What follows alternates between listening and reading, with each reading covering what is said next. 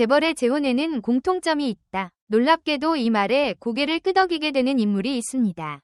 바로 세계 3위 부자, 아마존 창립자 제프 베이조스. 그는 단순한 자수성가형 CEO가 아닙니다. 그가 살아온 길, 그리고 사랑의 선택 하나하나가 마치 한 편의 드라마처럼 극적이고 때론 섬뜩할 정도로 계산되어 있죠. 잘 알려진 것처럼 베이조스는 젊은 시절 맥도날드에서 아르바이트를 하던 청년이었습니다. 외모로 주목받지 못했고 카운터에 세우기 민망하다는 이유로 하루 300개의 계란을 주방에서 깨야 했던 그는 그때 이미 비범한 머리를 가지고 있었습니다. 학업 성적은 늘 수석이었고 그 실력으로 프린스턴 대학교에 입학하며 인생의 전환점을 맞춰 22살의 졸업을 앞두고 굴지의 대기업들로부터 러브콜을 받았지만 그는 피텔이라는 스타트업에 들어갔고 짧은 시간 안에 임원으로 승진합니다.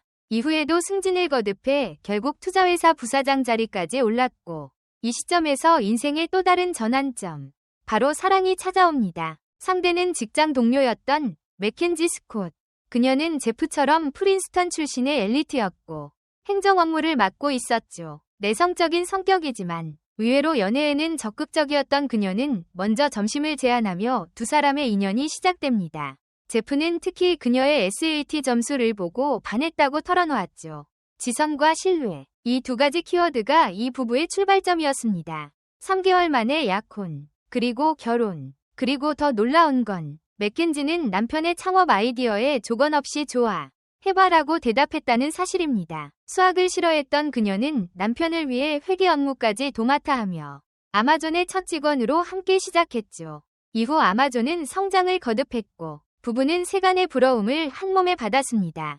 그러나 이 동화 같은 이야기는 25년 뒤 단칼에 무너집니다. 이혼 성명서에서 제프는 지금 다시 돌아가도 나는 결혼할 것이다 라고 밝혔지만 몇 시간 뒤 충격적인 기사가 공개됩니다. 바로 베이조스의 불륜 상대가 로렌 산체스라는 보도가 나온 거죠. 그녀는 방송계에서 활동하던 앵커이자 리포터였고 심지어 당시 기혼 상태였습니다. 더 충격적인 건 이들의 은밀한 문자 메시지가 언론에 노출되었다는 점. 너의 냄새를 들이마시고 싶어, 입술에 키스하고 싶어 같은 문장들은 조롱의 대상이 되었고 인터넷에는 100만 달러 주면 더 낫게 써주겠다는 댓글이 달리기도 했습니다. 논란이 커지자 베이조스는 음모론을 주장하기 시작합니다. 문자 유출의 배후에 사우디아라비아가 있다는 것. 여기서부터 이야기는 단순한 불륜 스캔들을 넘어 국제정치와 언론의 검열, 해킹 논란으로 확장되죠. 이 모든 게 진짜 우연일까요? 아니면 재벌들의 사랑에는 늘 그림자 같은 공통된 패턴이 숨어있는 걸까요? 제프 베이조스가 주장한 사우디의 개입설은 언뜻 들으면 황당하게 들릴 수 있습니다. 하지만 그의 주장을 따라가다 보면 그 안에는 단순한 의심이 아닌 국제적인 갈등의 실체가 숨어 있습니다. 베이조스는 아마존 외에도 워싱턴 포스트라는 미국의 유력 일간지를 인수한 인물이죠. 바로 이 신문사가 사우디아라비아의 실권자 무함마드 빈 살만을 강하게 비판한 기사들을 연달아 내보냈고 이로 인해 양측의 관계는 악화되기 시작했습니다. 베이조스는 어느 날 무함마드로부터 악성 링크가 포함된 문자 메시지를 받았다고 주장했고 그 이후 자신의 핸드폰에서 정보가 유출되었다고 의심합니다. 그가 고용한 보안 전문가들은 사우디 해킹 가능성에 무게를 뒀지만 조사를 진행한 결과 놀라운 반전이 밝혀지죠. 문자와 사진을 유출한 인물은 로렌 산체스의 친오빠 마이클 산체스였습니다. 마이클은 몰래 동생의 휴대폰에서 사진과 메시지를 빼돌려 약 25만 달러, 우리 돈으로 약 3억 5천만 원을 받고 언론에 넘긴 것으로 추정됩니다. 의문이 생깁니다. 전세계 부자의 가족이 될 수도 있었던 마이클이 왜 그렇게 적은 돈의 정보를 넘겼을까요? 이에 대해 베이조스 측 보안 책임자는 마이클이 트럼프 지지자였고 트럼프의 오반국인 사우디를 도우려 했다는 해석을 내놓았습니다. 마이클은 억울하다는 입장을 유지하며 언론과 인터뷰를 했고 오히려 자신은 두 사람의 사랑을 응원한다고 밝혔지만 인터뷰 내용 곳곳에서 모순된 진술들이 나타났습니다. 사진을 유출했나요? 라는 질문에 그는 아무것도 안 했다는 건 아니에요 라고 말하며 확답을 회피했고 법정에서도 불리한 판결을 받았습니다. 동생 로렌은 오빠의 행동을 공개적으로 배신이라 비난했으며 마이클은 이에 맞서 명예훼손 소송을 제기했지만 결국 패소했죠. 한편 맥켄지는 이혼 후 한마디 입장도 밝히지 않았습니다. 그녀는 원래부터 인터뷰를 꺼리는 내향적인 성격으로 유명했고 소설 출간 외에는 언론에 거의 얼굴을 드러낸 적이 없었죠. 그런 그녀는 과거 인터뷰에서 남편 제프와는 정반대의 성향이라고 밝힌 적이 있습니다. 제프는 사람을 만나고 파티하는 걸 즐기는 반면 자신은 사교적인 자리를 피하고 조용한 삶을 선호한다고요. 맥켄지는 아이들을 검소하게 키우려 했고 초창기 제프 역시 그녀와 같은 생활 철학을 공유했습니다. 실제로 베이조스는 억만장자가 된 후에도 허름한 혼다 차량을 타고 다녔으며 아마존 사무실의 책상도 중고 문짝에 다리만 붙인 DIY 가구였습니다. 이는 단순한 절약이 아니라 고객 중심의 소비 철학을 상징하는 행동이었죠. 그러나 자산이 늘어날수록 그의 소비 습관도 극적으로 변화합니다. 이제 베이조스는 수십억 원대의 슈퍼카를 보유하고 있고 럭셔리 요트와 전용기를 타며 세계를 오갑니다. 그리고 그런 그의 곁에 이제는 로렌 산체스가 있습니다. 로렌은 흔히 생각하는 젊은 여자와는 다릅니다. 1969년생으로 나이로 보면 전처 맥켄지보다 1살 연상이고 3명의 자녀가 있는 엄마였습니다. 그녀는 과거 앵커로 활약했으며 미인대회 수상자이자 치어리더 출신으로 화려한 학창 시절을 보낸 인물입니다. 리포터에서 앵커로 성장하며 방송계에서 이름을 날렸고 유명 NFL 선수와의 관계로도 주목을 받았죠. 이후 에이전시 대표와 결혼해 2 아이를 낳았지만 제프 베이조스와의 불륜 스캔들로 인해 이혼에 이르게 됩니다. 서로 너무나도 다른 배경에서 자란 두 사람. 하지만 성격과 취향은 닮아 있었습니다.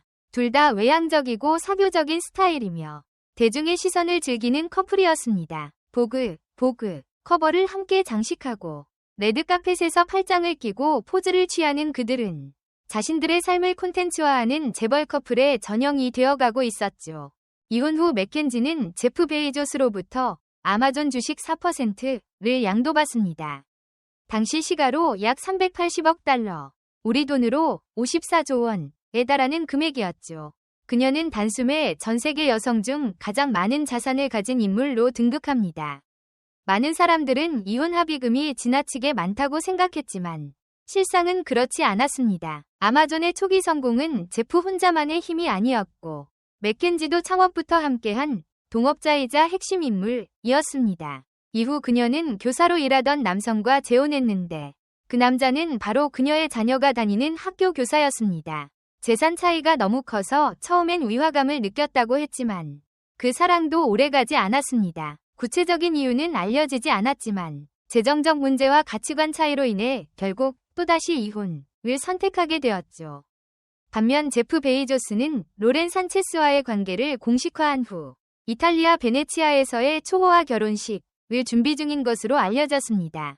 전 세계 언론은 이들의 결혼 준비 상황을 보도하며 재벌들의 사생활이 다시 한번 대중의 이목을 끌고 있죠.